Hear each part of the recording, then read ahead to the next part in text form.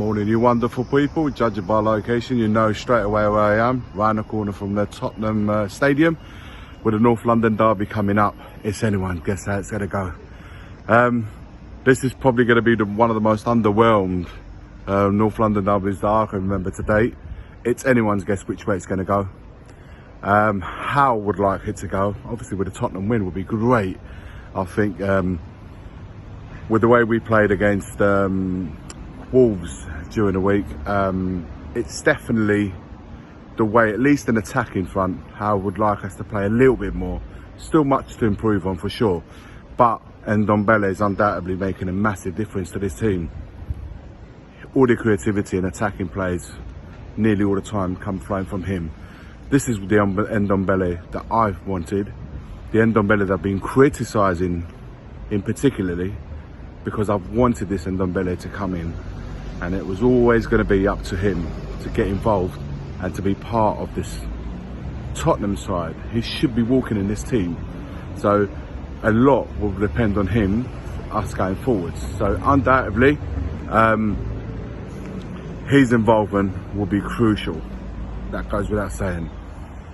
How I think we're going to shape up, well, first of all, let's look at Arsenal as well. They've come from a run of what, couple of wins, 2-3 wins, and so they seem to be grinding the results. Still not playing brilliantly from what I've seen, but they're grinding out the results, something that we haven't been doing. So it kind of goes even Stevens leading up to this game, how I see it all panning out. What do I see moving forward? Obviously I want a Tottenham win. Massively, like everyone else, we want a Tottenham win, don't we? So how I expect us to shape up going into the North London derby, I'd like to see us, well, let me tell you how I think Nuno's going to go with it. I think Nuno's going to go with Luis in goal, with Tanganga at right back. He's going to set up with Dyer Romero, centre back with Reguilon on the left. Midfield, I can see us going with two holding mids with Hoiberg and Skip, with Dele with them, and the three up top is likely to be Kane. I might see Ndombele possibly in a 10 with Son and Kane up top, but I see that 11. How we then shape up and how we then set up is a different matter, but I see that 11 starting. I would hope Ndombele starts, but I wouldn't be shocked even if he didn't. Maybe Bergwijn goes in the right, Son on the left and Kane up top. That's the kind of way I see us setting up. I hope not. I'd like to see us with one holding mid. Personally, I'd like to see us with one holding mid and two attacking mids.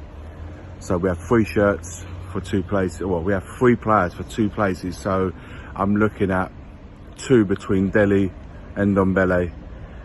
And and Hill. I'll definitely include Hill for definitely a starting lineup. So three places, three players for two shirts, with Hoiberg playing in holding mid and Skip coming on in the second half to give us a little bit more of a boost and a bit more strength, depending. Hopefully by then we should have a lead. How I then see us in defence will be the same. Tanganga at right back. I would have Romero and Sanchez, because if we're going to be playing up high, I would like us to pin them back, because Arsenal always goes in difficulty when we pin them back into their half. They don't like that, so I would have us playing high up, pressing from the front and playing an air half, making it difficult for them. So we'd have to play a high line. So I'd have Sanchez playing with Romero there, just so, because their forwards are quick. So I'd have Sanchez will give us that bit of pace with Romero and Reguilon, and like I said, Tanganga on the right, Reguilon on the left. I'd have one holding mid with the two attacking mids, obviously, as previously mentioned. And up front, I would go with obviously Kane. You have to play Kane, and the reason why I say Kane is simply because we don't have an alternative striker. We do have Scarlett, but this one's way too early for him. So I'll definitely go with Kane, Son on the left, and I'll probably start with Bergwijn because I like his work rate, especially on the right hand side. Maybe not as clinical as the others mentioned, but it does give us a bit more balance on that right hand side. and I like to think that he would help Tanganga on the right, team up with him way better than anyone else. Unfortunately, Lucas would have been my first choice, but unless he becomes available last minute, it seems like he's going to be out, and certainly I wouldn't start him because he's obviously lost a bit of momentum. So Bergwijn's fit, I would have him starting, and then if Lucas becomes available, he can alternate with him. And that's how I would look to set up. I would like I said, the key thing is not to do what we did last year, where we kind of just sat back, defended, and waited for Arsenal to come on to us. Do not give them that time to come on to us.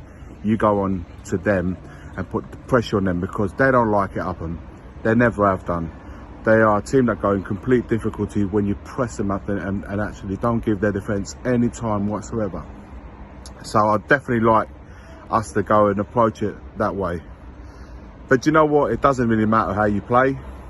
This particular game, the only thing that matters is that we get the 3 points. They all feel the same. We definitely need the 3 points, given the recent results, and bring these 3 points back here to White Hart Lane. Come on, you Spurs.